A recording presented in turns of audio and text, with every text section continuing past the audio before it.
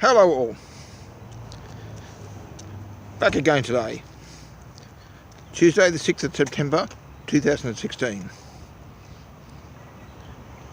Well, it's 8:20 in the morning of that day.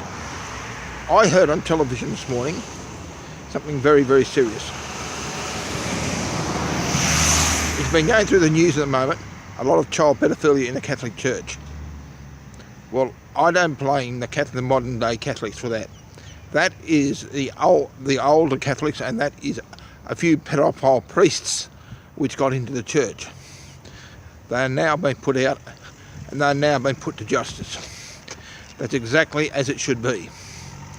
They should face the wrath of the law and the full force of the law for their criminal activities. And that's where it gets left at. No one else should come into that at all, except maybe the police, the people that deal with the sexual abuse victims in courts, and these perpetrators need to face justice. But this is not the Catholic Church today. This is of the past. David Shoebridge, the Green MLC in New South Wales Parliament, once put forth legislation. The victims of the trust funds can get the Catholic Church trust funds out of a trust fund to sell their homes and pay the victims. That I don't agree with at all. I'm going to see massive problems coming in with that. I'm going to see a lot of fraud and people making false claims. That's a different issue altogether. I would be one victim of that myself. The person that took me to court knows this. He knows it very well. And he's the sort of clown that would actually sue my own trust fund, Metron Pty Ltd, to get my home because of fraudulent cases he put on with me to get substantiated. Other people would do the same. So that's a different issue. Whilst, yes, the priests need to be face the force of the law, and the priests that have died, they have their own personal assets. Yes, it needs to be taken from them, but assets put in the Catholic Church should not be made accountable for what someone has done within the church.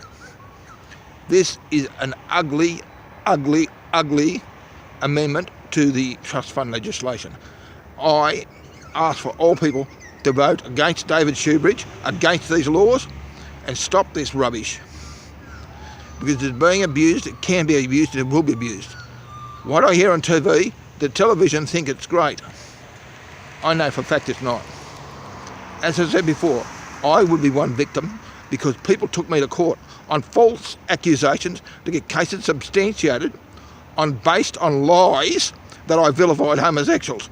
I refuse to acknowledge, I refuse to accept, and I will not accept it.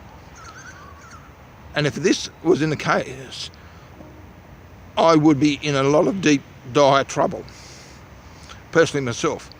And also other people in the church could also be attacked. What happens if a member of the church commits a crime and their official member of the church, they get thrown out of the church? Then the victims take them because they can't catch their own trust funds and their own money. They sue the church. Nah, this is ugly, very ugly.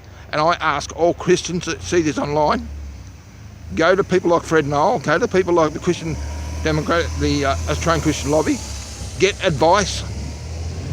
This must not be passed, and David Shoebridge must be opposed by everyone over this.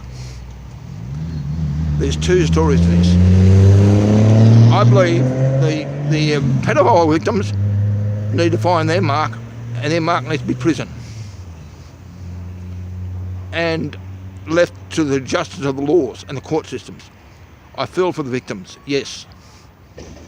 But I don't feel for the corrupt people who would abuse the law. It's a very difficult situation.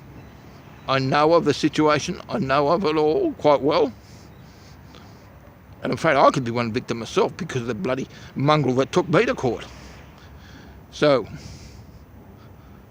let's all leave it at that. Thank you very much for listening. And God bless you all. I would like this spread all over the world. I want to see this go to everyone's phone so everyone knows what the media doesn't tell us is the truth. Thank you very much and bye for now.